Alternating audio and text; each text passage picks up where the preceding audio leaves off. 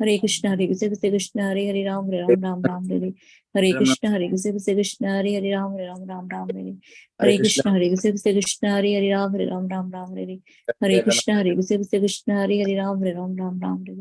Hare Krishna Hare Krishna Hare Ram Ram Hare. Hare Krishna Krishna Ram Ram Hare Krishna Hare Krishna Hare Ram Hare. Hare Krishna Hare Krishna Hare Ram Hare. Hare Krishna Hare Krishna Hare Ram Hare.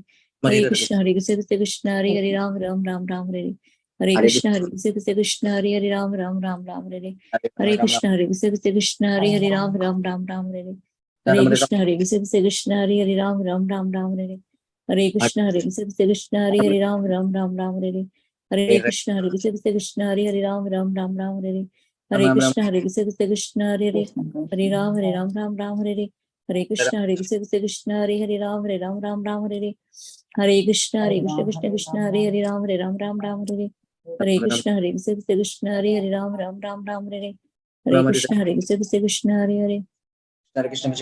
Ram Ram Hare Hare. Krishna Hare Krishna Hare Ram Hare. Hare Krishna Hare Krishna Hare Ram Hare. Hare Krishna Hare Krishna Hare Ram Hare. Hare Krishna Hare Krishna Hare Ram Hare. Hare Krishna Hare Krishna Hare Ram Hare. Ram Ram Hare. Hare Krishna Krishna Ram Ram Hare. Hare Krishna Krishna Hare Ram Ram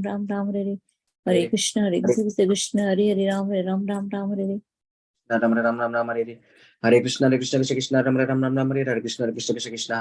Krishna Hare Krishna Hare Ram Hare. Hare Krishna Hare Krishna Hare Ram Hare. Hare Krishna Hare Krishna Hare Ram Hare. Hare Krishna Hare Krishna Hare Ram Hare.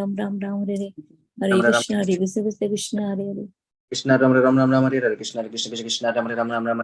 Hare Krishna Krishna Hare Hare Ram Ram. Hare Krishna Hare Krishna Hare Ram Hare. Hare Krishna Hare Krishna Hare Ram Hare. Hare Krishna Hare Krishna Hare Ram Hare. Hare Krishna Hare Krishna Hare Ram Hare. Hare Krishna Hare Krishna Hare Ram Hare. Hare Krishna Hare Krishna Hare Ram Hare. Shri Radha Vrindavan Bihari Ji ki jai. Hare Krishna Hare Jai Nityananda Jai Jai Gauranga. Hare Krishna Hare Krishna Hare Ram Hare.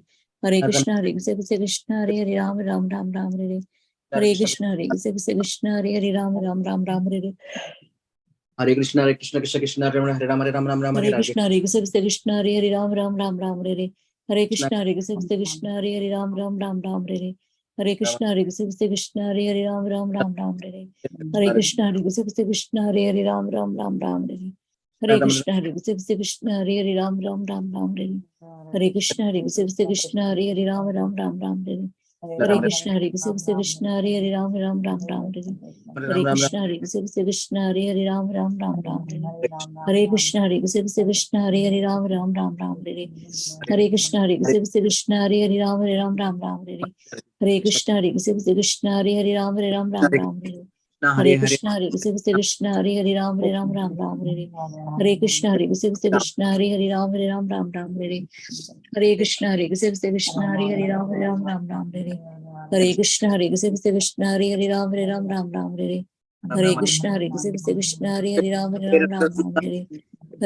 Hare Krishna Hare Ram Hare. Hare Krishna Hare Krishna Hare Ram Hare. Hare Krishna Hare Krishna Hare Ram Hare. Hare Krishna Hare Krishna Hare Ram Hare. Rama Hare.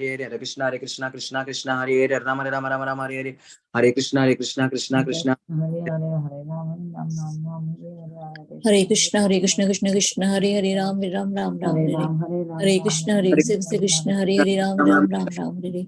Hare Krishna Hare Krishna Hare Ram Hare Krishna Hare. Krishna Hare Hare Krishna Hare Krishna Hare Hare Krishna Krishna Hare Hare Rama Hare Krishna Hare Hare Krishna Hare Vacha Ram kalpatarubhyasya kripa sindhuveva cha patitanam bhavnebhyo vaishnavyo namo namah. Ananta Vaishnavind ki jai. Namacharya Haridas Thakur ji ki jai. Srila Prabhupada ki jai. Good morning, dear devotees. This is Shivani from Ashram, Virginia. Please forgive me for stopping your beautiful chanting. Let us move to our next part of the session, which is Sri Caitanya Bahagavata Adi khanda, chapter 16, verses 15 to 32. Sorry, verses 75 to 86. May I know who all have joined this morning? Hare Krishna Mataji, please accept my humble obeisance. All glories to Srila Prabhupada, all glories to Sri Guru and Gauranga, all glories to all the Suman devotees. This session is joining from Texas. Hare Krishna. Hare Krishna Prabhuji, please accept my humble obeisances. Shri Prabhupada ki jai, Guru and Gauranga ki jai. Thank you so much for joining and giving a wonderful and beautiful association. Hare Krishna, Hare Bol. Hare Krishna Mataji, please accept my humble obeisances. Jai Shri Prabhupada. This is Preeti Vilasani Devidasi from Atlanta. Hi. Thank you so much for your warm welcoming. Thanks to all the devotees for the peaceful chanting. Hare Krishna, Preeti Vilasani Mataji, please accept my humble obeisances. Shri Prabhupada ki jai, Guru and Gauranga ki jai. Thank you, Mataji, for joining and giving a wonderful and beautiful association today. Hare Krishna, Hare Bol. Hare Hare Krishna, Krishna. Shivani Mataji, Dandot Pranam, Srila Prabhupada ki jai, Guru Maharaj ki jai. This is Shama Gauri Devi Dasi from Shama. Hare Krishna, Shama Gauri Mataji, please accept my humble obeisances. Shri Prabhupada ki jai, Guru and Gauranga ki jai. Thank you so much for joining, giving a wonderful and beautiful association. Hare Krishna, Hare Bol. Hare Krishna Mataji, Dandvat Pranam. Please accept my humble obeisances. All glories to Srila Prabhupada and Sri Guru and Gauranga and all the assembled devotees. Yashamati from Chicago. Hare Krishna, Yashamati Mataji, please accept my humble obeisances. Shri Prabhupada ki jai, Guru and Gauranga ki jai. Thank you for joining every day and giving a beautiful, wonderful association. Thank you for your beautiful chanting. Hare Krishna, Hare Bol. Hare Krishna. Hare Krishna Mataji, Dandvat Pranam. So glories to Prabhupada, all glories to Guru Maharajas and all the assembled Vaishnavas. This is Caitanya Bahagavata Adi. Hare Krishna, Caitanya Sundari Mataji, please accept my humble obeisances. Shri Prabhupada ki jai, Guru and Gauranga ki jai. Thank you for joining, giving a wonderful and your beautiful association today. Hare Krishna, Hare Bol. Hare Krishna Shivani Mataji, Dandvat Pranam to you and all Vaishnava. Srila Prabhupada Silvia ki jai. Vrinda. Hare Krishna. Hare Krishna, Vinda Gopika Mataji, please accept my humble obeisances. Shri Prabhupada ki jai, Guru and Gauranga ki jai. Thank you for joining, giving a wonderful and beautiful association. Thank you for your wonderful chanting. Hare Krishna, Hare Bol. Hare Krishna Shivani Mataji, please accept my humble obeisances. All glories to Srila Prabhupada and all the assembled devotees. This is Indulekha Karna Devi Dasi from Link. Hare Krishna, Indulekha Karuna Mataji, please accept my humble obeisances. Shri Prabhupada ki jai, Guru and Gauranga ki jai. Thank you for joining and giving a wonderful and beautiful association. Hare Krishna, Hare Bol.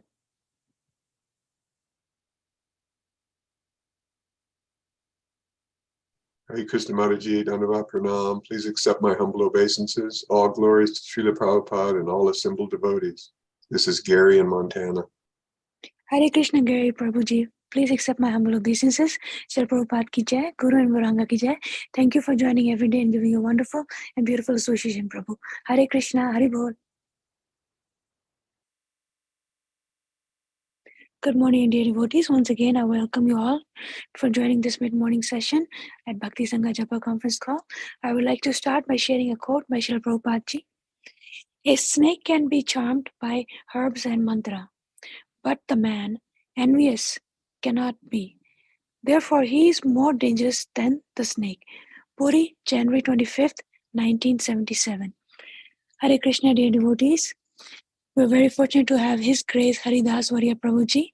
Prabhuji will be enlightening us on Sri Caitanya Bahagavata Adi Khanda, chapter 16, verses 75 to 86. Hare Krishna, please accept my humble obeisances. Haridas Varya Prabhuji, thank you so much for joining and giving a wonderful and beautiful association. We're very happy to have you on the call. Shri Prabhupada ki jai, Guru and Gauranga ki jai. Please take over the call, Prabhuji. Hare Krishna. Hare Krishna. Thank you very much, Mataji. Am I audible? Yes, Prabhuji. Okay, thank you very much.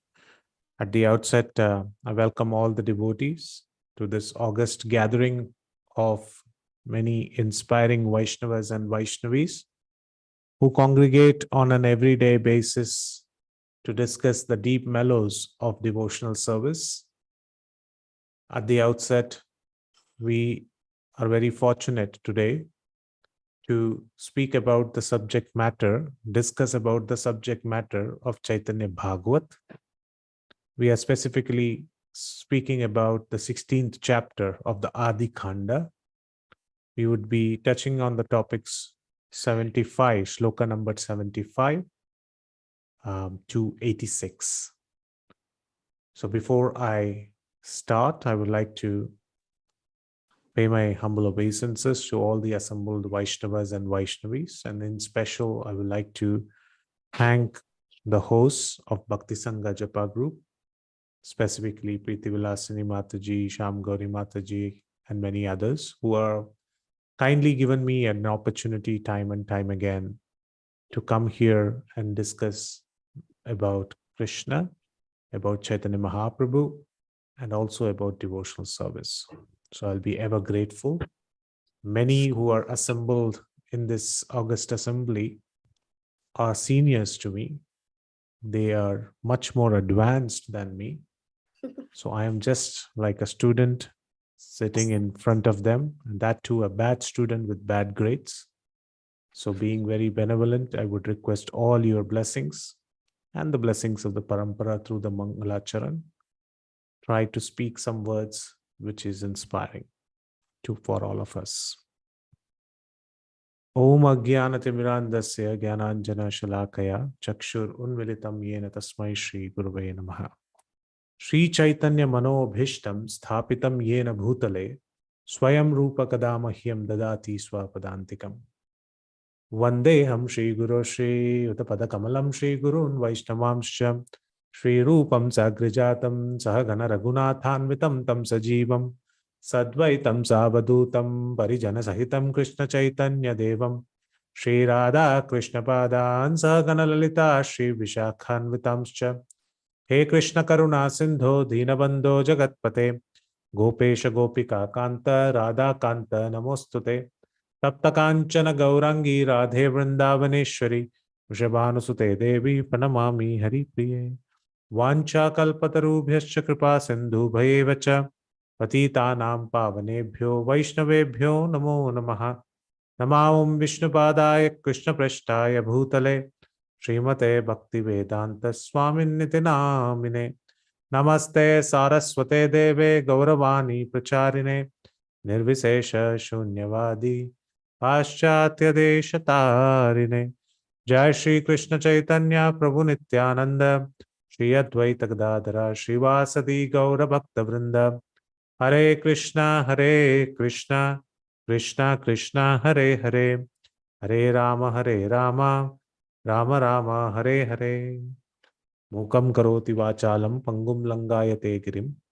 Yat Kripatamaham Vande Shri Gurum Deenatarinam Paramananda Madhavam Shri Chaitanya Ishwaram Hari Om Tat Sat. Jaya Jaya Shri Chaitanya Jaya Nityananda Jaya Dvaita Chandra Jaya Gaura Bhakta Vrinda Jaya Jaya Shri Chaitanya Jaya Nityananda Jaya Dvaita Chandra Jaya Gaura Bhakta Vrinda Jaya Jaya Shri Chaitanya Jaya Nityananda Jaya Dvaita Chandra Jaya Gaura Bhakta Vrinda.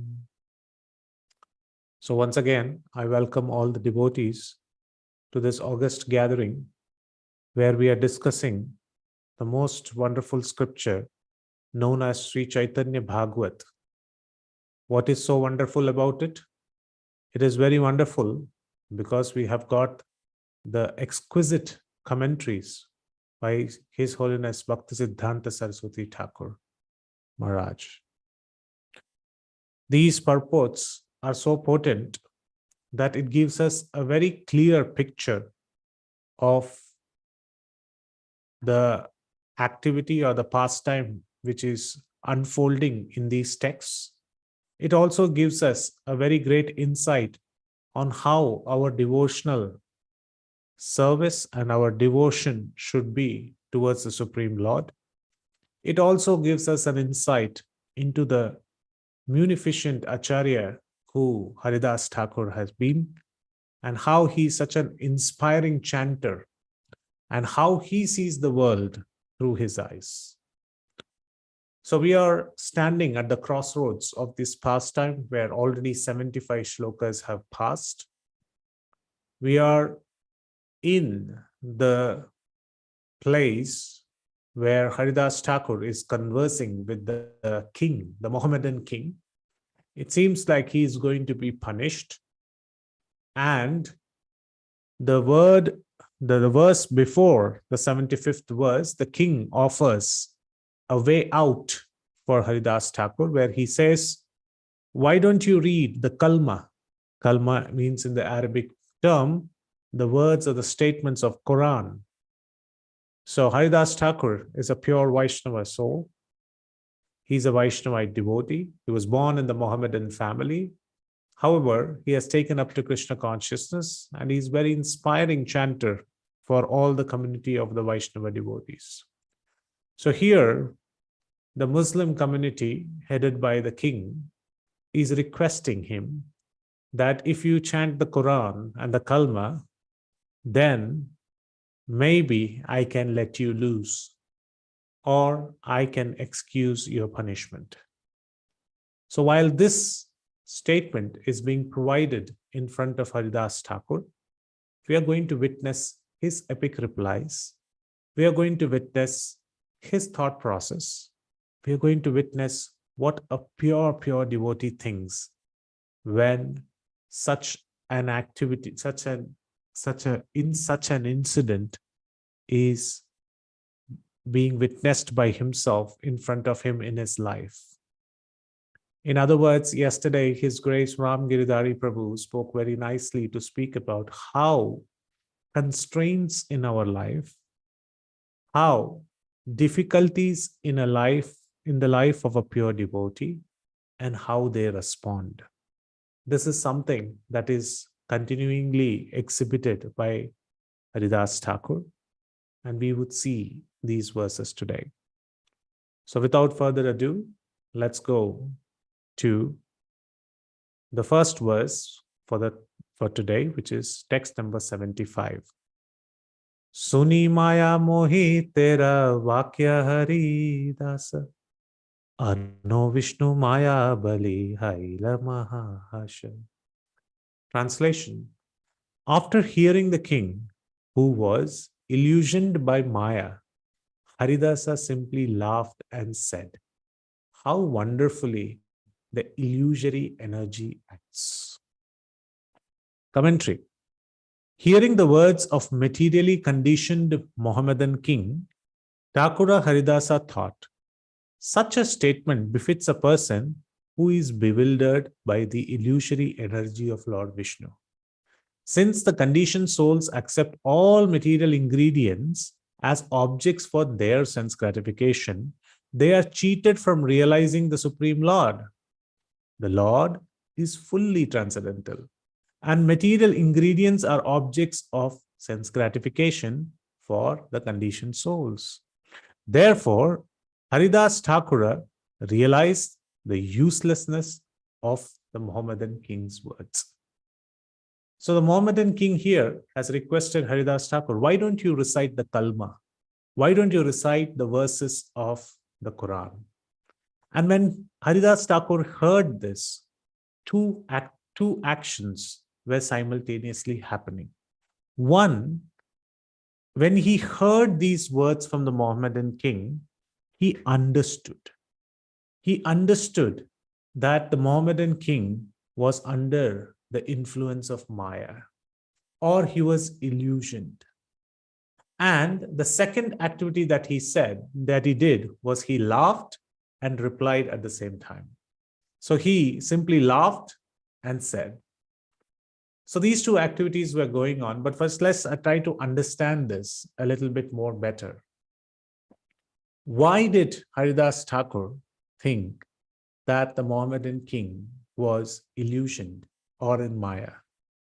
This is the first thing that we have to understand, because the secondary reaction that he had, which is to laugh and give a reply, is profoundly based on the first understanding, that he has a firm understanding that the king has spoken this out because he is totally illusioned. So anybody on the call, can you take a guess, or can you, based on the previous verses, what could be the reasons why Haridas Thakur believed that the king is illusioned or is in Maya? Any answers? Anybody? Yes? Anybody can say? Because Can he's thinking that the only Lord is what do you call, the Allah or whatever he's trying to portray there. He's the only ultimate. He's thinking like that. That is why Haridas Thakur is thinking that he's in Maya. But isn't that the truth?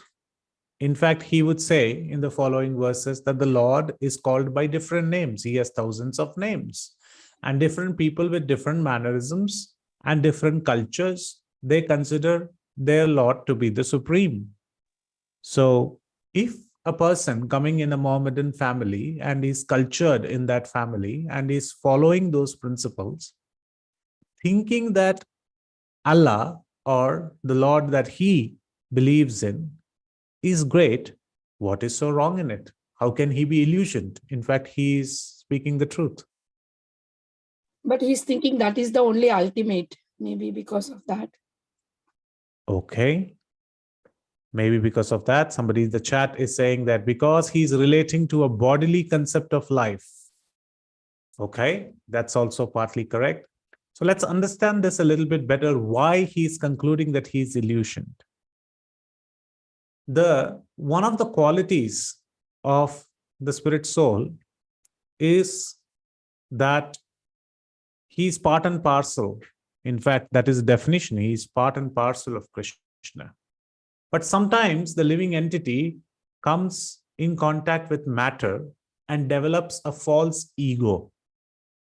What is false ego? False ego means that which is not. In terms of identities, we know that our supreme identity is Nitya Krishnera Das. We are the servant of Krishna. But sometimes we take up these false identities. I am an American. I am an Indian. I am an IT professional. I am a teacher. I am a mother. I am a father. I am so-and-so, temple president. I am a kirtanier. I am a speaker. In this way, we take many, many designations upon ourselves.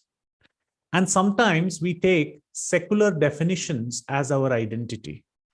I am a Sanatani. I am a Muslim. I am a Christian, etc., etc. Here, Haridas Thakur is not on the plane of secularism. He is not seeing secular religions. He is seeing each and every living entity, and he is seeing that in the heart of every living entity, Krishna is residing there. In fact, he is so pure and advanced that he is seeing each and every living entity as the part and parcel of Krishna. And since he is seeing it in this way, his intelligence is absolutely sharp. How do we define intelligence? We define intelligence as the means by which we differentiate between what is spirit, what is matter. When we have the ability to clearly differentiate between spirit and matter, Prabhupada defines this as the real intelligence. So here, Haridas Thakur is clearly seeing that the king is having false identities. Number one, he is thinking that he is the king. Number two, he is identifying his pride, his position as the king. Number three, he is identifying himself belonging to a sect of Muslims and thinking that he is a Mohammedan. And number four, he is under the false illusion, or he's in the false thought that by reciting only these verses, one can go back home, back to Godhead. So there are so many false understandings that the Mohammedan king is having. And Haridas Thakur could see through all of this. And he could understand that when does one have these false identities or the false ego? When he gets in touch with the material nature. In fact, in one of the purports of Srimad Bhagavatam, Srila Prabhupada mentions about this false ego very, very strongly. In the purport, he mentions about how false ego also follows in the modes of the material nature. In that he mentions that even the demigods, they sometimes can have this false ego. So let us not look at this Mohammedan king as one down or anything. Even the demigods, we saw Indra, he had a false ego, and then he had to do the entire Govinda Abhishek, Pattabhishek, Govinda Abhishek. Indra, he has so many examples where he tried to do out of his false ego. So Prabhupada mentions even in those who are in the mode of goodness, sometimes the false ego acts upon them. And what do? They laugh on the pure devotees. This is what Srila Prabhupada mentions in the purport. I think it's somewhere in the 4th canto. If I, at the end, if I can find the purport, I can share it with you. Very beautiful purport. In the 4th canto, there he mentions that how Krishna puts even the people who are in the mode of goodness under false ego. And what do? They laugh on the pure devotees of the Lord. And there is a very beautiful example for this. How sometimes the greatest of the gods or the greatest of the demigods, they also sometimes ridicule the pure devotees of the Lord. Once upon a time, there was an Alvar. There was a Sri Vaishnava saint whose name was called as Tirumarishai Alvar. He was also known as Bhakti Sara. So this Tirumarishai Alvar was a very, very pure devotee of the Lord, and he always acted upon the pure devotional platform. He used to always stay near the temple sanctorum, and his only job throughout the day was to remember, chant, and always meditate upon the lotus feet of Lord Narayan. And his only activity was to always meditate upon the pastimes of the Lord. And just for material subsistence, what he used to do, that he used to collect a lot of rags, whatever he used to find around him, and he used to stitch them together. He himself was not clothed very well. He himself did not have a lot of good clothes to wear, and he was very emancipated. He was not having a lot of food to eat. So he used to keep his bodily condition in a very, very minimal way, that he did not have a lot of desires. And he used to just stitch these rags and always think about the Lord, Narayan. Once upon a time, what happened while he was sitting outside near the temple sanctorum, Lord Shiva and Lord Parvati was traveling by their chariots. And Parvati, she is having this motherly nature, and she saw Tirumarishai Alvar, who is sitting down and stitching these rags and always engaged in just moving his lips, chanting the holy name and always remembering the Lord. And she told to her husband, "My dear husband, he seems to be like a good-natured person. Who is he? You are the knower of everything. Why don't you let me know?" So Lord Shiva smiled and he said, my dear Parvati, he is a very great devotee of our Lord, Lord Narayan. His name is Tirumarishai Alvar. In fact, he is so pure that he has got nothing to do with the material world.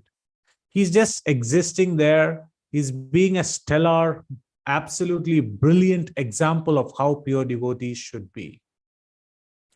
Parvati said, but then look at his condition. He is not materially opulent. What will other people think about devotees if they are destitute, if they are akinchana? Namo akinchana vrittaya, says Kunti Maharani. If they are absolutely pauper in their existence, nobody will take up to devotional service. We should go there and grant him some boons. Lord Shiva said, I understand his heart. My dear Parvati, I don't think so we should disturb him. He is stitching those rags. Let him do so. He is constantly meditating upon the Lord. Why should we go and disturb him? Parvati said, no. I insist. I insist on helping out this devotee. Look at him. He is in a very bad condition. So Lord Shiva wanted to showcase the greatness of Tirumarishai Alvar. So he, along with Nandi, his bull, and Parvati, they were going very near to Tirumarishay Alvar, very, very close to him so that he could see them and pay his obeisances and ask for some boons. But when they were passing very near to Tirumarishay Alvar did not even raise up his eyebrow or eyelids, and he did not even take a look at the Parvati and Lord Shiva. Because he knew the intent of Lord Shiva, that he was coming there to offer some materialistic boons. So when Parvati said, he's not even seeing us, let's go and appear before him and ask him if he needs some boons. Lord Shiva said, my dear Parvati, it seems like we should leave him alone. But Parvati insisted. And you know what happens when couples have insisting nature. So Lord Shiva agreed, and he went in front of Tirumarishay Alvar. And he stood there. And he said, it seems like you have not seen us. So Tirumarishay Alvar, hearing that, he looked upon them. He mentally offered his obeisances. He offers his obeisances to all the living entities, just like how Haridas Thakur also sees all living entities as part and parcel of Krishna. Tirumarishay Alvar also saw all living entities, demigods, everybody as part and parcel of Krishna. He mentally offered his obeisances and he continued stitching his rags. At that time, Lord Shiva said, what do you want? We are here to offer certain boons for you. We are here to give you certain boons for materially prospering. Please tell me, what do you want? At that time, Tirumarishay Alvar said, I actually do not need any boons, but if you want to give, can you please give me liberation? At that time, Parvati looked a little dumbfounded and looked at Lord Shiva. And Lord Shiva said, you know, that's one thing I cannot give. Because liberation, the entire authority to give liberation is not in my hands. It is only in the hands of Lord Narayan. And he is the most worshipable Lord. Only he can absolve your sins. He can ensure that you get liberation from this material world. Can you ask for any other boon? So immediately Tirumarishay Alvar said to Lord Shiva, okay, can you extend my death by a few moments? Can you move my death date by a few moments? Can you delay my death? Again, Lord Shiva said, now this is also not in my hand. I can wish you good health, but one day everybody has to die. I cannot make you immortal. I cannot make you live for long, right? And I cannot do that. It is not in my power. So Parvati said, nudged Lord Shiva, help him with something. Ask him one more boon if he wants. Now Lord Shiva now asked him, okay, can you ask for one more boon? So very sarcastically, because the first two boons were not provided and Tirumarishay Alvar did not want any material comforts from Lord Shiva, he immediately said, okay, it seems like I'm stitching my rags and my thread and the needle, they are disjointed. Can you take this thread and put it inside the needle so that I can continue stitching my rags? Now imagine, all the demigods worship Lord Shiva. He's one of the greatest demigods. He's one of the greatest Vaishnavas. And he is asking, what do you want to boon? What's the boon that you want? And Tirumarishay Alvar is saying, can you please put this thread and this needle together? And when Lord Shiva heard the sarcasm, he naturally got angry and he opened his third eye as if to burn Tirumarishay Alvar with the anger. And a full flow of anger and fire started to rain upon Tirumarishay Alvar. And all the living entities, they were dumbstruck because this third eye doesn't open very naturally. And here Lord Shiva was opening the third eye to punish the devotee of Lord Narayan, because he sarcastically said, can you put the thread inside the needle hole? And when this whole fire was falling on Tirumarishay Alvar just lifted his right toe and showed a little part of his right toe. And from the right toe came another fire emerging from his right toe, and it contracted the entire third eye effect of Lord Shiva. And Parvati, seeing all this, saw that her husband was defeated in giving a befitting punishment to Thirumarishay Alvar. And Lord Shiva was very, very happy. Though he exhibited his anger, he actually wanted to showcase the greatness of a Vaishnava, how he is not illusioned by Maya, how the person is not encapsulated by Maya. And at that time, Lord Shiva said, look, Parvati, this is what I said. You should leave the pure devotees alone. Sometimes even the demigods, under the influence of false ego, they ridicule the pure devotees of the Lord. But here, Thirumarishay Alvar is just interested in remembering the Lord's pastimes, the Lord's names, chanting the Lord's names.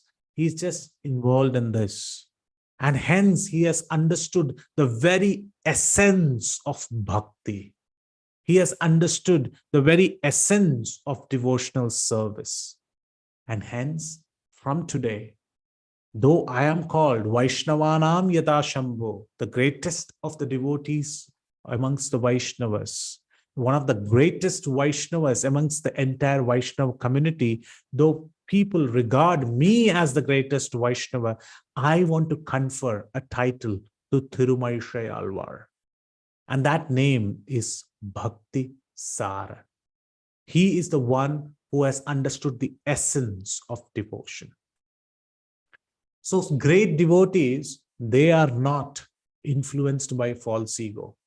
They do not fall under the false identities that they are a great personality, they are a Vaishnava, they are so-and-so, they are Indian, American, demigod, non-demigod. No, none of these designations. And Haridas Thakur is seeing all these false identities on this particular soul, who is the Mohammedan king. Because this false ego not only affects the demigods, the false ego also affects others in other modes. In the mode of passion, people take up false ego and they do a lot of altruism. They build hospitals, they build big temples, and they want their names to be inscribed on these stones. They want to be called for inauguration ceremonies. They want the scissors in their hands and cut the ribbons. They want their names to be announced from the microphones. They want their names to be published in the newspapers. They want to be named as one of the greatest charitable donors. They engage in all kinds of altruistic activities, but they take name and fame on their identity and their ability to give some money, some donation. This is also considered as false ego in the mode of passion. And those who are under the mode of ignorance, false ego acts in the qualities of me and mine. They completely disregard the Lord. They completely forget the Lord. So here we can see that Haridas Thakur is seeing that the Mohammedan king is in complete false ego. And that's why Srila Bhaktisiddhanta Saraswati Thakur is writing that those who are in false ego, they immediately get in touch with their sense gratification. They are in mode of ignorance and passion, and they consider the sense objects as objects for them to enjoy. And looking at this, if we were in the position, we or I should say I, in Haridas Thakur's position, I would have naturally laughed at him or given some swear words back to him. But this is not how Haridas Thakur actually replied. He laughed, smiled, and not at the Mohammedan king. He actually connected this false ego also with the Lord. This is the vision of a pure devotee. What did he say? How wonderfully the illusory energy acts. He's saying how wonderful is Krishna's Maya. It acts in the most wonderful way. In this way, he mentioned, and he continued his reply. And he said in the next two words, Balite lagila tare madhura uttara suna bapa shabari Shabarai Ekaishwara. Nama matra beda kare Hindu ye yavane. Paramarthe eka kahe Korane Purane. So he started having this dialogue and he started to speak philosophy. And he did not have any agitation in his heart. He did not feel that what a foolish suggestion you are giving to me, Mohammedan king, to recite the kalma when I am chanting my holy names. He did not feel any agitation in his heart. And when he spoke in the most sweetest fashion. Please understand this sweetly. He then sweetly said to the king, this sweetly, this word is very, very important. It talks about the austerity of speech. Anudvega karam vakyam, says Krishna in Bhagavad Gita, that one should have the austerity of speech. It should be priyam, hitam, satyam. It should be truthful. It should be pleasing. It should be for ultimate benefit. This is how the austerity of speech should be. And Rupa Goswami also says, Vacho Vegam, one should have austerity of speech to control the urge, the Vega, the urge of speech. So here, Haridas Thakur is exemplifying this capability, that he has the austerity of speech. And he's speaking in a way which is not going to agitate others. But even if they get agitated, again, the onus is not on the listener, the onus is on the speaker. So he's very sweetly replying to the king, listen, dear sir. Look at the salutations that he is giving. Listen, dear sir, the Supreme Lord of all is one without a second. The Hindus and Muslims differentiate the Lord only by name. But in spiritual vision, the Lord is one. This is confirmed in the Puranas and the Quran. Commentary. Still displaying costless mercy on the Muslim king, Thakura Haridasa began to sweetly speak as follows. The Supreme Personality of Godhead is one, eternal, non-dual, and the Lord of all living entities. That one Lord is the controller of the Hindus, Muslims, young and old, and male and female. Hindus and non-Hindu Muslims who are ignorant of the signs of the Supreme Lord foolishly oppose each other by concocting two different gods with separate names. But when they give up such discrimination and difference of opinion and indifferently consider their respective religious scriptures, the Puranas and the Quran, they will never find such differences in the absolute truth. In modern day, we keep asking for secularism. What greater commentary can we give as a quotation than this written by His Holiness Bhaktisiddhanta Saraswati Thakur Maharaj Srila Prabhupada? So wonderfully, he's comparing and he's saying that people, out of their false identification, they identify themselves belonging to a certain community and they call their respective gods by certain names and they try to act in a matter of superiority over one another. In fact, what is really needed is to understand that it is the same Lord who is spoken in different ways, by different names in different regions. Srila Bhaktisiddhanta Saraswati, Srila Bhaktivinoda Thakur, in his book called Sri Caitanya Shikshamrita, which is called as the first rainfall, in that chapter, he writes a very beautiful statement. And I'd like to quote that statement. Quote, when we are present in the houses of worship of other religious practitioners, so Bhaktivinoda Thakur is saying, when we visit certain houses or when we visit churches or mosques or synagogues or we visit other places of worship, which is not a temple, which is not a Radha Krishna temple, during their rituals, and while they are doing their rituals, they are offering namaz, they are offering baptization, they are offering whatever rituals they do in their places of worship, what should we think is what Bhaktivinoda Thakur is saying. We should remain one, respectful, and reflect upon ourselves the following. So he's telling two things for us to do. When we are present in other places of worship, we should do two things. One, first, be respectful.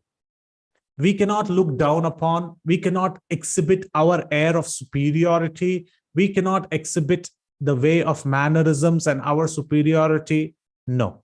First thing is being respectful. The second is to always remember the following. And Bhaktivinoda Thakur quotes, here before me, this is what we have to think. Here before me is my very own God being worshipped in a form different than to which I am accustomed.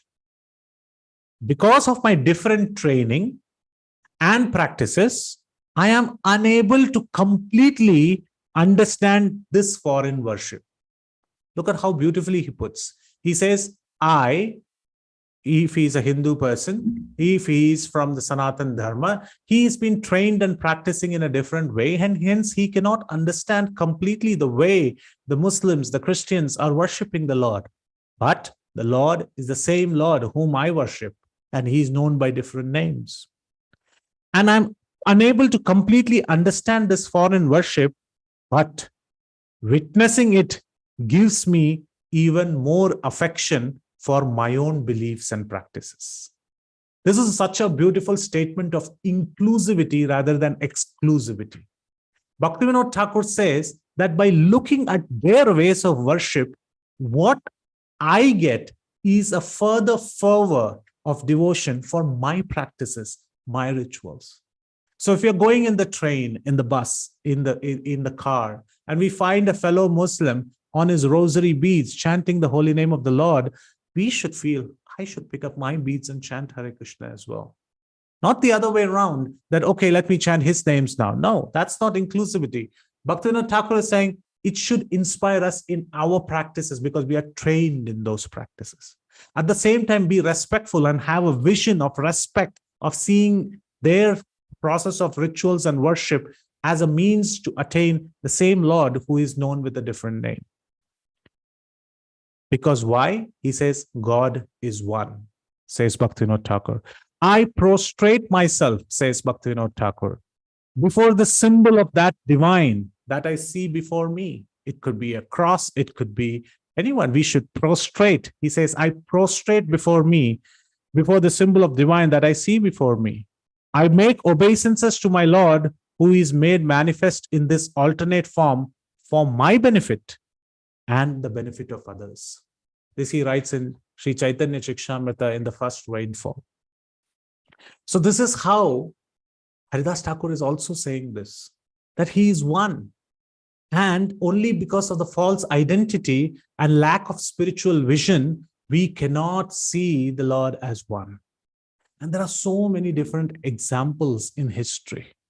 If we go to Vrindavan, if we go to the beautiful forest of Mahavan, what a beautiful forest it is, Mahavan, where Dhruv Maharaj stood and did his penance, where there is also a grave of a Muslim poet, and the name of the poet is Ras Khan. In fact, many of our Vaishnava acharyas and many of our ISKCON devotees, they go to this grave of this Muslim poet called Ras Khan. This Ras Khan, as a devotee, was a very great poet of Sri Krishna. He was born in the Muslim community, but he came to Vrindavan and wrote many poems. Each of his poem, he was a Sufi poet, but each of his poem is laden with bhakti ras. And it is not very astounding how he came to Vrindavan. The story is very beautiful. He used to work for a zamindar, that is a landlord, in his village, and that landlord used to have a very young child. And the duty of Ras Khan was to always protect this child, be a caretaker of this child. The child was very attractive, and he had innocent ways of playing, which attracted the heart of Ras Khan. One day, due to some reason, the landlord ousted Ras Khan from his duties and fired him. And what that meant for Ras Khan was nothing, because he was totally attached to the child. He wanted to be with the child. So he went back to his landlord's mansion and said, I just want to see the child. The landlord slammed the door on the face of Ras Khan and said, no, you cannot meet my child. You are fired from this service. You're not supposed to be seen in this village. You have to leave this place immediately. So Ras Khan left that place and he was walking in the city very, very disappointed that he cannot see the lovely face of that little child with whom he had bonded so well. Being very disappointed, he went to a betel nut seller. In India, they sell these betel nuts, the panwalas. So he went to a betel nut seller and he said, can you make a betel nut for me? He said, absolutely, I can make you a betel leaf pan for you. And he was making in that betel leaf pan, while he was making that pan, in that shop, he saw a photograph of Krishna standing with the flute. And he was Shyam Sundar standing there below a tree with cows around him. And he was a little boy playing the flute. And Ras Khan immediately saw that picture and he said, can you tell me who this boy is? The betel nut panwala, he was a Hindu, and he said, what kind of question is this Muslim man with a beard asking me? This Ras Khan, what is he asking? He said, oh, his name is Shyam. So he immediately said, can you tell me where can I find this Shyam? Betel nut seller said, are you sure you want to know? Don't you know who he is? He said, I don't know. This boy looks very beautiful and I want to meet this boy. And look at his legs. His legs are naked. He does not have any slippers on his foot. How is he walking? And these areas of what is painted looks like thorny and very bushy, and it might have thorns and his feet might get hurt. How is he walking around? So the betel nut seller, he sarcastically said, if you are so concerned, why don't you give slippers to Shyam? So Ras Khan said, that's a brilliant idea. So he immediately went and with his own hands, he made 2 wonderful slippers and came back to the betel nut seller. Do you know the boy where he is? I want to give him these slippers. Betel nut seller said, you can't find him here. Maybe you should find him in a place called Vrindavan. He said, where is this place, Vrindavan? He said, somewhere a little far away from here. Why don't you find yourself there? He left that immediate moment with 2 slippers in his hand. And he said, can you please give me that photo? How else I will find the boy? Looking at the insistence of this Baba, which is Ras Khan, the betel nut seller gave the photograph. Now Ras Khan was traveling towards Vrindavan, stopping at every single person coming his way, saying, have you seen this boy with a flute, with naked foot, where he doesn't have any slippers? And it says that he's in Vrindavan. Do you know the way to Vrindavan? And they all thought he's a madman. He's looking for Krishna. They all showed him the way to Vrindavan. And unless and until he came up to the door steps of Banke Bihari, the temple, and he sat down and he wanted to enter the temple, and the temple priest saw that he was belonging to a different caste. Again, in the mode of false ego, he said, you cannot enter. He said, no, but I want to enter because I want to offer these slippers to the boy. He said, which boy? This boy. And he showed the photo of Krishna. The pujaris laughed and said, no, you cannot enter anyway. You have to sit here. Sitting there, he wept, and all his tears were soaking the slippers. Had it became night, the temple closed, the pujari went home. And Krishna was going through Nidhuvan, doing his Ras Leela, and he was coming back and he heard these cries. Krishna knew he had come. So Krishna appeared there right before him. And Ras Khan said, I don't recognize you. Who are you? But your presence gives me ultimate joy, even at this point of disappointment. Then Krishna, at that point of time, transformed himself as the same boy whom he saw in the photograph. And looking at the boy, Ras Khan picked him up, kept him on his lap, and he saw the lotus feet of the Lord, and it had all these marks of thorns and a little bit taint of blood. And his heart broke completely looking at the lotus feet of the Lord. And he said, because of this, I have bought these slippers for you, these padukas for you. And Krishna accepted those padukas and immediately disappeared. And when he disappeared, Raskan had this brilliant joy in his heart. At the same time, he was feeling so much separation from the Lord. From that day, he was so blessed. He wrote millions of poems. And even today, his poems are sung by Vaishnava devotees when they visit Mahavan. And even today, they go to the grave and pay obeisances to the saint. So he might be born in a Muslim community, but the Vaishnavas, they offer chadars, the mannerisms, the way they offer the same Muslim respects to this great saint who was in the Vaishnava community. So Haridas Thakur is understanding this, and he will say about this next. Ekashuddha nitya vastu akhanda avyaya paripurna haya vaishesha bara hridaya. Because the pure, eternal, non-dual, inexhaustible Lord, the Lord is non-dual. He is not touched by material nature. He's pure spirit. He's known as Achyuta. He sits in the heart of every devotee. And he says, Sei Prabhu yare yena lao yena mana, Sei mata kama kare sakala bhuvana. He says that Lord induces everyone to work in a particular way, and everyone in the entire world works accordingly. Bhaktisiddhanta Saraswati Thakur mentions here, Ishvara sarva bhutanam hridayesha arjuna tishtati brahmyan sarva bhutani yantra dhuhani maya. He, the Lord, is situated in everyone's heart. He is the one who was guiding Raskan, go this way, go that way, go to Vrindavan, go to this place, sit here. He was inspiring from within. So it is our very basic responsibility that we should understand. We should be tuned to what the Lord speaks from our heart. If we are more attaching ourselves with material objects, then what we do is we take the remote control of matter and we press the button mute, and the voices that is coming from within, from Paramatma, we cannot hear them.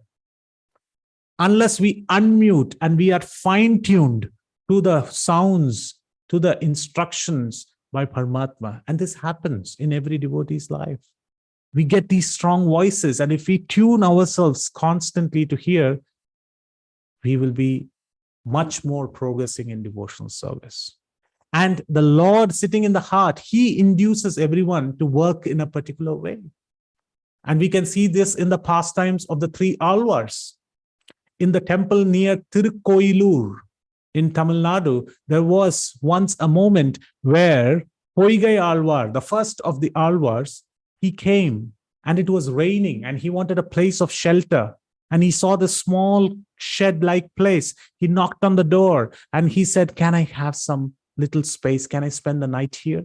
It was only a space where one man could sleep, and he could hardly extend his legs, stretch himself fully and sleep. And he got that place and he was lying down trying to remove the fatigue that he had from the travel. At that time, he heard another knock on the door. This time it was Bhudatta Alvar, the second Alvar of the Sri Vaishnava saints. He knocked on the door and said, "It's raining. Do I have some place inside?" And Poigai Alvar looked around. If there is a place to sleep, a voice from within, the Lord spoke from within, that if there is a place to sleep for one person, there is definitely place for two people to sit down. So he opened the door and Bhudatta Alvar came in and said, "Thank you very much." And they both sat down. Now nobody could sleep. Two people were sitting down. At that time, a third knock appeared on the door. And they were asking, "Who is it?" This time it was Pei Alvar, the third Alvar. And he said, "Can I have some space?" Then they both decided within their heart, they understood that if there is place for two to sit, there is definitely place for three to stand. So Pei Alvar also came inside. Now all three of them, they were standing together in that small confined space, shoulder to shoulder. It was a dark room with no light. At that time, they could smell this fragrance. And they could feel that there was a fourth person amongst their midst, because they were feeling more constrained in their bodily space. At that time, beautiful words were spoken by Poigai Alvar, the first Alvar. He said in chaste Tamil, Vayam Tagaliya Varkadalai Neyyaga, Veyak Kadiran Velakaga Seyya, Sudarayan, Adilke Sulinan Sol Malai, Idarai Ningayen. In this way, he spoke in a very chaste Tamil. What did he say? I would like to make the whole world as a lamp. In that, I would like to pour the entire sea, the ocean, as the ghee, as the oil, as the ghee. I would like to take the sun as the luminous wick. And I would like to offer this garland of speech to the lotus feet of this fragrant person. And when he lit the lamp like that, he said, I would like to see to this fourth person who was none other than the Lord. The Lord said, where my devotees are, there I am. So if all three of you are assembled there, the Lord was the fourth person. So he said, I would like to take the world as a lamp, put the ocean as the ghee. I would like to take the sun as the luminous wick.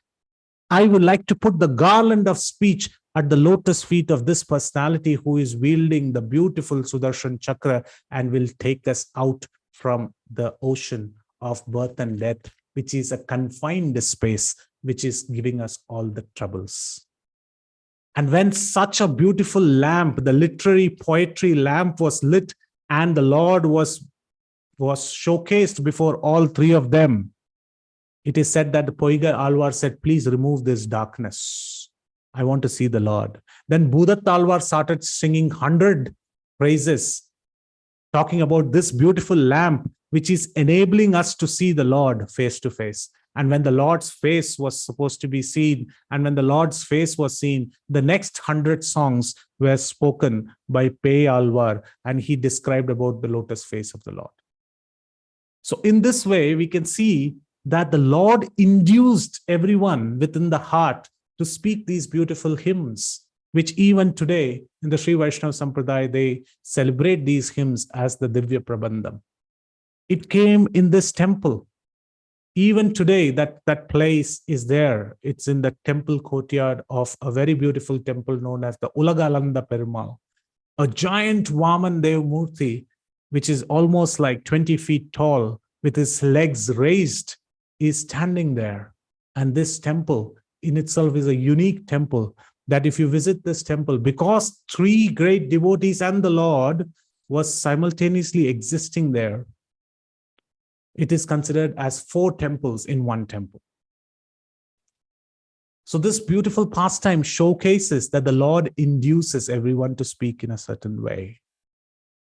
So we have 4 more minutes remaining. Let's quickly see the other 5 to 6 verses. They are very small verses.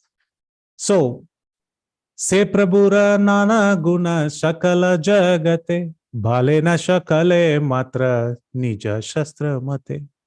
Haridas Thakur mentions the name, the qualities of the Lord are chanted by everyone according to their respective scriptural injunctions. So different people following different religions, they chant the name of the Lord in different ways. But as Bhaktivinoda Thakur clearly mentioned, we should have respect and we should feel that our Lord is being glorified in this foreign fashion, and we should get more inspired to practice our own faith. Ye Ishwara se puna sabara bhava laya, himsa kari lese tahana himsa haya. The Supreme Lord accepts the devotion of everyone, but if anyone is envious of his children, then he retaliates.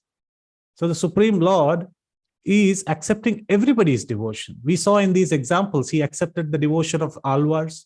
Yesterday, His Grace Ramgiridhari Prabhu so wonderfully spoke about Andal Goda Devi, how he accepted the devotion of Andal, though she wore the garland and it had the hair on it, still Lord Ranganath accepted it very nicely.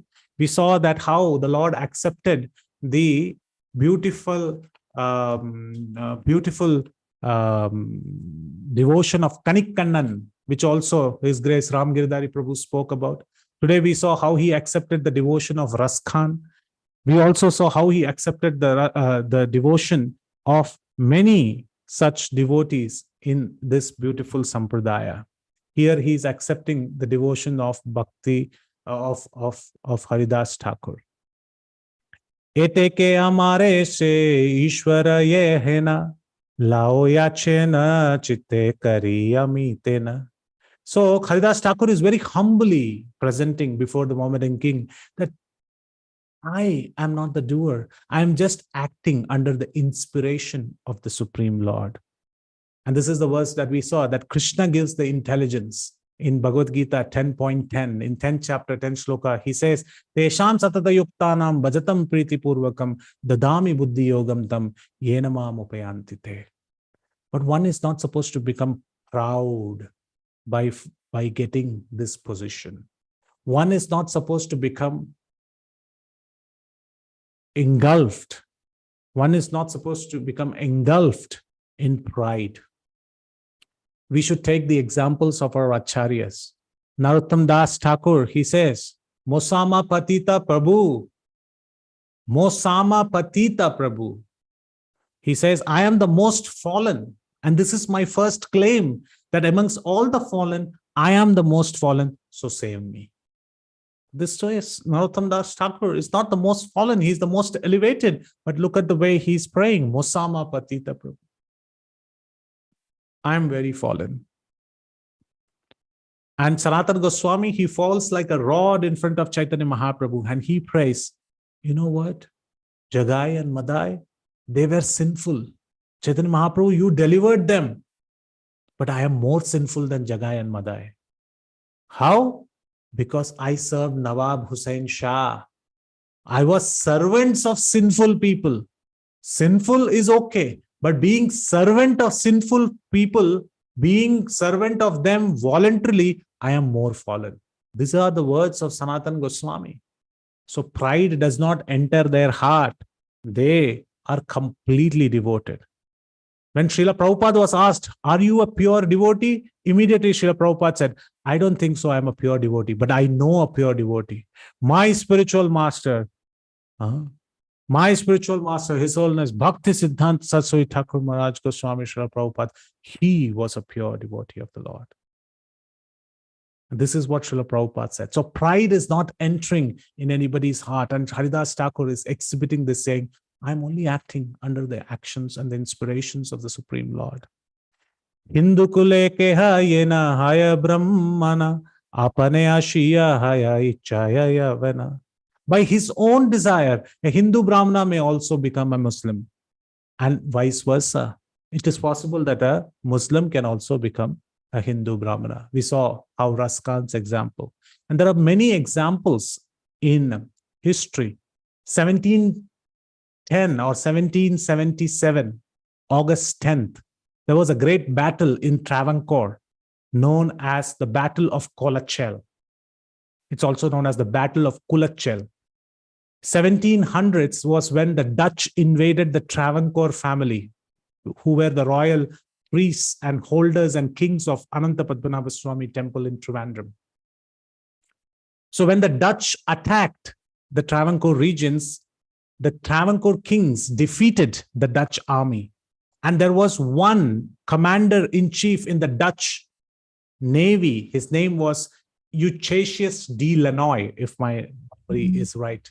This name, de Lannoy, he and his band of Navy men, they attacked the fort of the Travancore kings in Kerala, and they were defeated. And when they were trying to aim their cannons from their ships onto the land where the kings were attacking them, a small misfire happened and their own ship blew into smithereens and their rice and all their goods were lost, and hence they had to surrender to the Travancore king. And when he surrendered, the Travancore king said, okay, what do you want to do? He said, I would like to strengthen now your army. I would like to serve under you. But the Travancore kings did not know that whether he will be loyal, so they allowed him for some days under the tutelage of many other commanders. Soon this de Lannoy in 1700s, he taught the Western ways of warfare to the Travancore kings. He bought firearms, he brought many cannons and many other things, so much so that the Travancore kingdom expanded under the care of these Travancore kings. And whom was he learning this? He once went to the Travancore king and asked, "Who is your commander-in-chief?" And the king took D. Lanoy to the temple of Ananta Padmanabha and said, "He is the commander-in-chief. Lord Padmanabha is the commander-in-chief, and we are all the servants." And D. Lanoy, though he was a devout Christian, he absolutely loved this concept that the Lord is the commander-in-chief, and I am serving the Lord in a different foreign form. And he continued his mission to serve the Travancore kingdom, that they named him the second captain, the second great captain, the Varya Kaptan. They named him the great captain. The greatest captain is Lord Ananta Padmanabha, who is the commander-in-chief for the entire kingdom, but he was named the great captain. In fact, even today, if somebody visits the Udayagiri fort in Trivandrum, they can see the grave of this Dutch gentleman who served Lord Ananta Padmanabha as if in the warfare to assist the kingdoms of Travancore. So it is his own desire. A Christian can become a devout Vaishnava. A Muslim can become a devout Vaishnava. And it could be also possible a Vaishnava at certain whims and fancies of the mind can turn into other religions. So this is what is being spoken. And I'm mindful of the time, and there are only 3 verses, so I would like to quickly finish. There are only one-line statements. What can Hindus do? That is his karma. If one is already dead, then what is the use of killing him? So he is very logically presenting that don't have envy towards Hindus.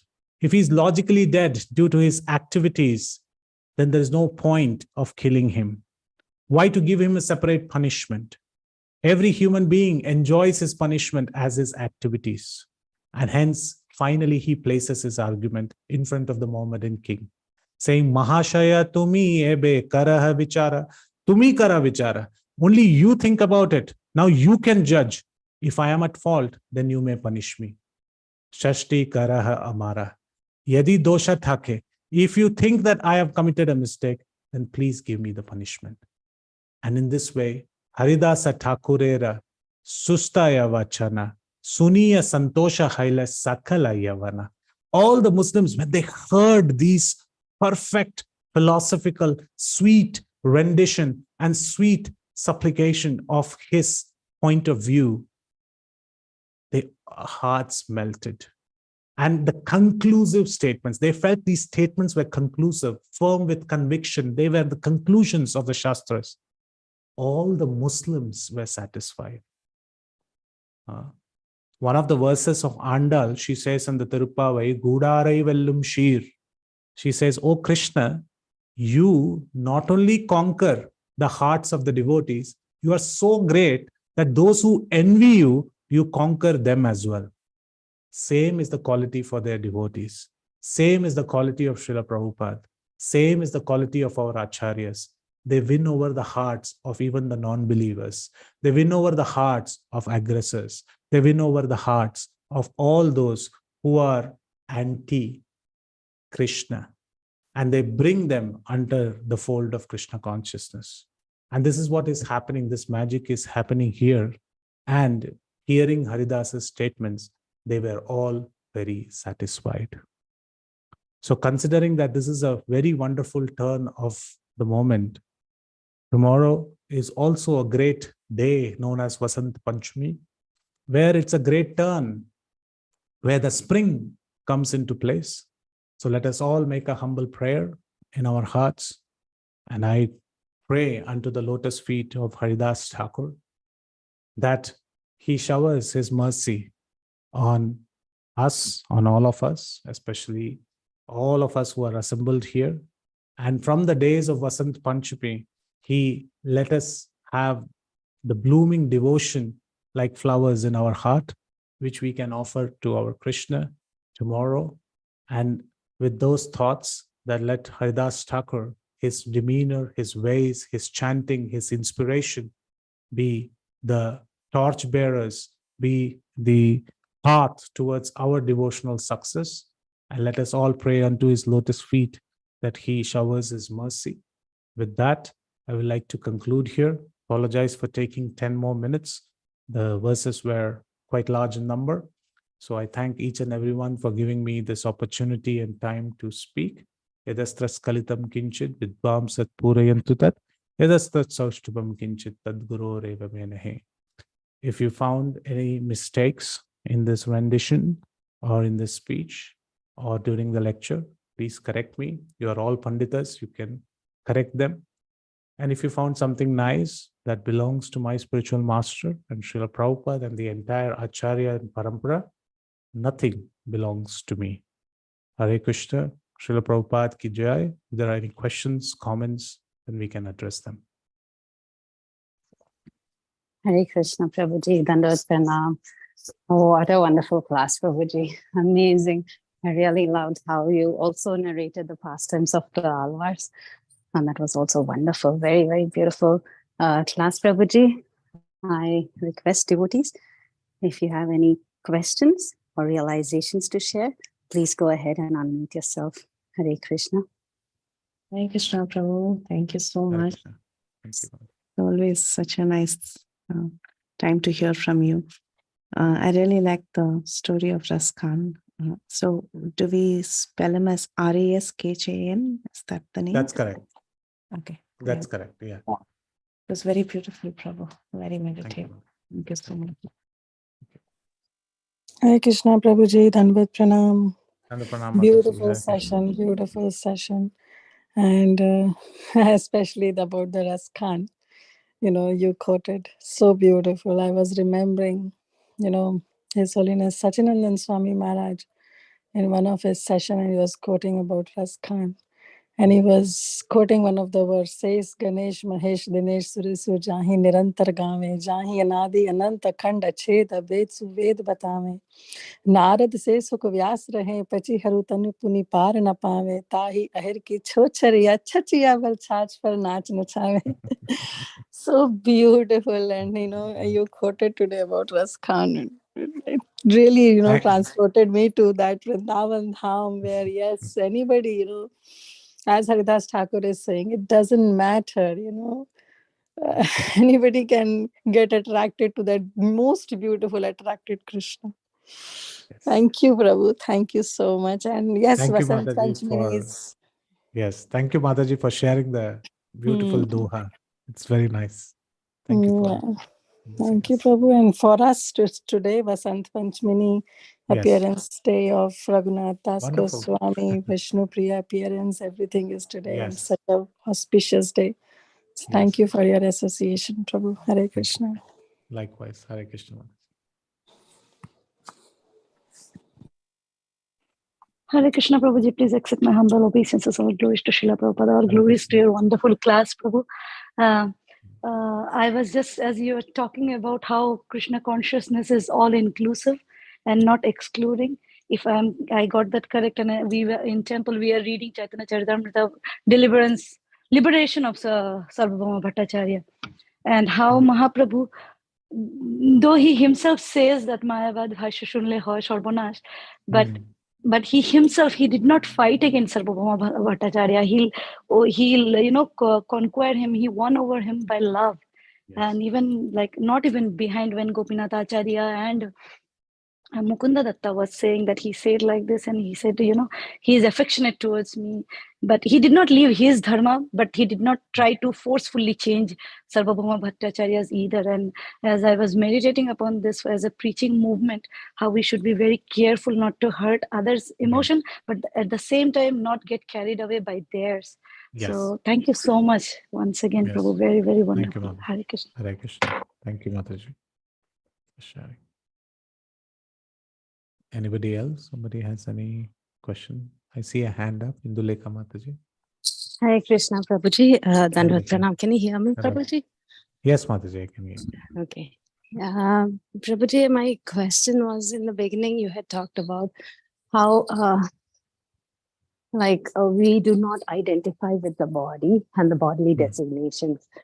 So my question is, from the time of birth, we have so many different bodily designations that are assigned to us.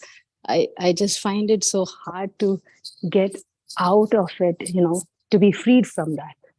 So other than for submitting to the Lord that I'm incapable of doing it. So how can we get into that mood where we are completely thinking of ourselves as a soul and not as a body on any level?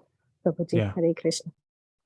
So it's a very nice question, Mataji. In fact, I would like to take this opportunity to freely market one of the seminars that I attended of Her Grace Devaki Mataji.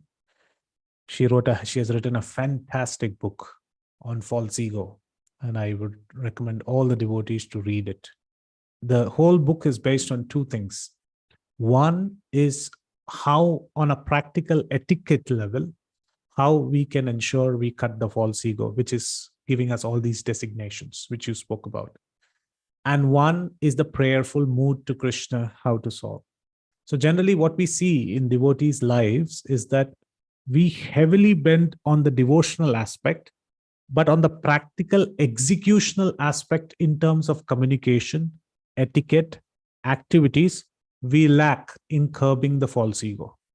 So what happens is it becomes a very lopsided pattern where we constantly pray to kill the false ego. At the same time, our etiquette, our communication, our means of methods of activities and actions is not countering this or is not adding more value to the prayer that we are making. Why is it so? Because we have got the fourth quality: eating, sleeping, mating, and the fourth one is called defending. So false ego is all about defense, subtle defense. Defending is not only protecting our body, protecting our subtle identity. If somebody says that, no, you are not intelligent, we immediately take out our arsenal of words of speech and we start defending that how I am intelligent, how I know this, how I know that. If somebody falsely accuses us, we immediately take out our communication skills. We want to have the last say. We want to have this last thing that we want to speak about. I should have the last word. And in Grahastha communities, we all know our examples between spouses, between children. We always want to have the last say. Why this is so? Because we have all of these false designations that I am like this, I am like that, I know the truth much better, I know this, I have the wisdom, and we immediately put that into practice. So long story short, we need to practice both. We need to pray to Krishna, but we need to also inculcate the habit of communication where we need to have to say by our thoughts, by our action, by our words that, I'm not this. Even sometimes people might wrongly accuse me. I would have this urge to really prove myself. We need to have a check about that. Sometimes we are so inclined to speak and prove the superiority amongst devotees. We need to check that. So this is very, very important that we inculcate the etiquette of curbing false ego. Hence, I would always encourage, it's a 3-day series and it's on YouTube as well. Mataji has kindly put it, exemplary classes by Mataji where I could personally benefit. And if you can pick up the book by Her Grace Devaki Mataji, this is really nice where she teaches us the other aspect. Srimad Bhagavatam gives us full prayers to curb the false ego. But what about etiquette? What about the practical application? That Mataji covers. So you can get more snippets there. But in short, we need to bring both of them together. We need to bring the prayerful attitude as well as the etiquette. Then it becomes a very strong medium for us to cut these designations. Otherwise, it's a one-wheeled chariot, which becomes very difficult to navigate. The name of the book, I think it is called as False Ego, Our Constant Companion, if I'm not wrong. You can just type on Google, Our Friend and Constant Companion, I guess. Our Constant Companion, and it's called as, I'll just tell you. I think our constant, troublemaker. And troublemaker. Okay. False ego, the false ego, our constant companion and troublemaker. Yeah, there would be, I do not know, there would be many sessions by Her Grace Devaki Mataji. I highly encourage devotees to go through that. They're very nice. These are topics that generally isn't spoken much. especially the false ego. So would encourage others to go through it. It's really, really inspiring. Any other questions, comments? Thank you so much, Prabhuji. Dandavad Pranam. Thank you. Prabhuji, Hare Krishna, can you Hare Krishna, kindly Mamaji. repeat that one more time? Because I would like to trace those classes and listen to those classes. The classes of you can search in Google, the false ego, our constant companion and troublemaker. Indulekha Mataji has shared the link, Prabhu, in the chat. So do we take it? Okay. Yeah. So it's a 3-day series. Sometimes Mataji has got 3 days, day 1, day 2, day 3. So we can. Okay. Yeah, there is a read. link. Right. Yes. Yeah. Sure. Thank you so much. Thank you. Hare Krishna. Thank you. Hare Krishna. Once again, I would like to thank His Grace, Haridas Varya Prabhuji. Thank you for a very beautiful class, Prabhuji, and your wonderful association. Dear devotees, if there are no more questions or realizations, I would like to pay my obeisances to His Grace, Haridas Varya Prabhuji, and all the assembled devotees. Vancha kalpatarubhyascha kripa sindhu evacha patitanam pavnebhyo vaishnavyo namo namah. अनंत वैष्णविंद की जय, नामचार्य दास ठाकुर जी की जय, Shri Chaitanya Bhagavat class की जय, his grace Haridas वर्य प्रभु जी की जय. हरे Krishna. Thank you so much, Thank Prabhuji. Thank you so much, you for the beautiful class. Hare Krishna. Hare Thank you, Krishna. Prabhuji. Hare Thank Krishna. you Koti so koti much. dandavat pranam. Very, very inspiring class as usual, Prabhuji. Thank you. Hare Krishna. Dear devotees,